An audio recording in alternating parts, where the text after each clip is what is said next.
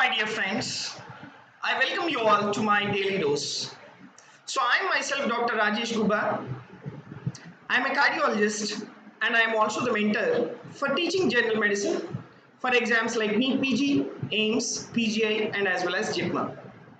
So, as a part of today's daily dose, I have a 68-year-old man in the clinic, and he has the history of 40 cigarette pack year history, who has been experiencing breathlessness on exertion and productive cough of white sputum over last 4 months. And you have done his spirometry, and it shows that FEV1 by FVC it is of 51% with minimal reversibility after 2-week trial of the oral steroids. And cardiac examination has been done, it is normal. Which of the following is the most likely diagnosis in this patient? Bronchial asthma, COPD, left ventricular failure, chronic bronchitis, lung fibrosis. So what do you think in this particular clinical scenario? So first and foremost, very important history like what we have in this is the smoking. Right, he is a smoker. And what is the history of smoking? It is nearly around 40 pack years. And second important history is cough with expectoration, whitish in color. And then the other important history is exertional breathlessness. Right, the other important history is exertional breathlessness. And if you take the spirometry, it shows that FEV1 by FVC, it is reduced. See, normally if you take FEV1 by FVC, it should be 70%. But what is here, it is nearly around 51%. So that means it is reduced. Now, in which type of your pulmonary pathologies FEV1 by FVC will be reduced is, FEV1 by FVC will be reduced in patients with the obstructive lung diseases. Whereas, you take in patients with the restrictive lung diseases. In restrictive lung diseases, the FEV1 by FVC, either it remains normal or it is increased.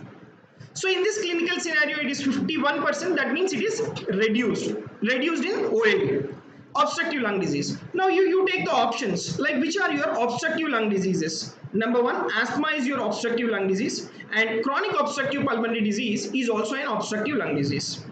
And lung fibrosis, if you take, this is a restrictive lung diseases.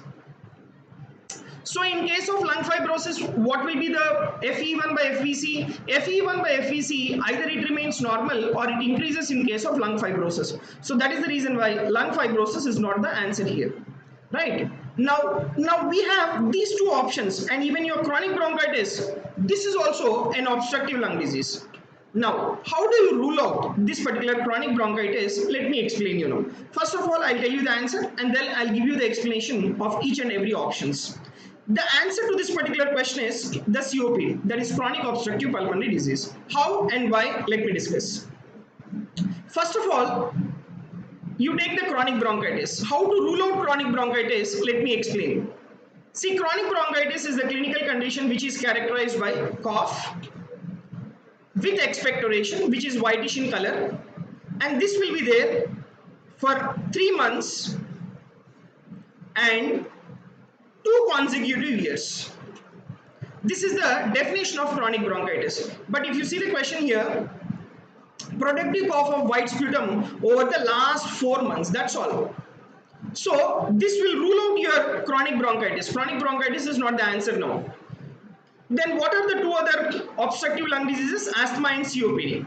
Now you take in patients of asthma and as well as COPD. See, both of them, they will present with almost similar clinical scenarios.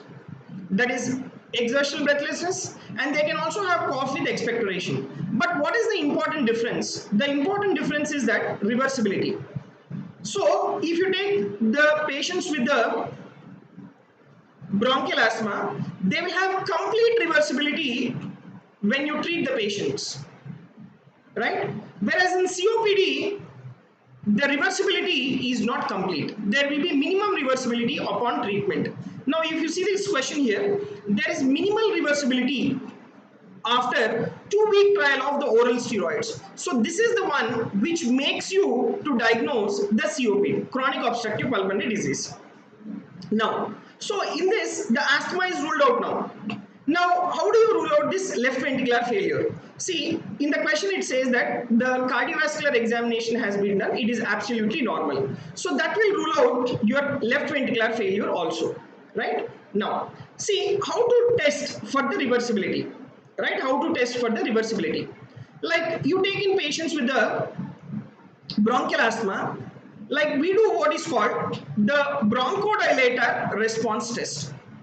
Now, what is this bronchodilator response test? Now, when the patient of the bronchial asthma comes, initially we will check the baseline FEV1 values, right? We will check the baseline FEV1 values. And then what we do is we subject the patient to the short-acting beta agonist, that is albuterol.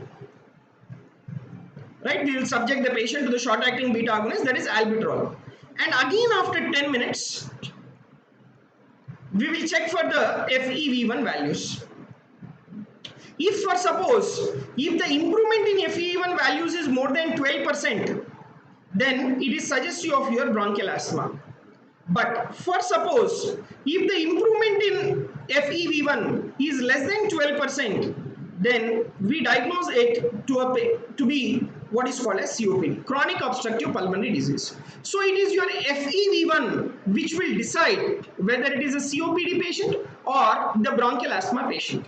And let me tell you, based on your FEV1 value, we also assess the severity of bronchial asthma, right? For example, if the FEV1 value, if it is 50 to 80%, then we call it as mild bronchial asthma. If the FEV1 value is 30 to 50% of the normal, then we call it as severe asthma, moderate asthma. Whereas if the FEV1 value, if it is less than 30%, then it is considered to be severe asthma. So this is how we will assess the severity of the asthma based on your FEV1 value. So going back to this particular question now. So in this question, this individual is having minimal reversibility after 2-week trial of oral steroids. So that means your bronchial asthma is ruled out. The answer becomes the chronic obstructive pulmonary disease. So this is how you have to differentiate bronchial asthma and as well as COPD, even though they come with the same symptoms, that is exertional breathlessness and as well as cough with expectoration, right? So this is a short video on how to assess the patient with the breathlessness. I hope you might have liked this particular video. So please follow us on the daily dose for the daily updates. Thank you very much.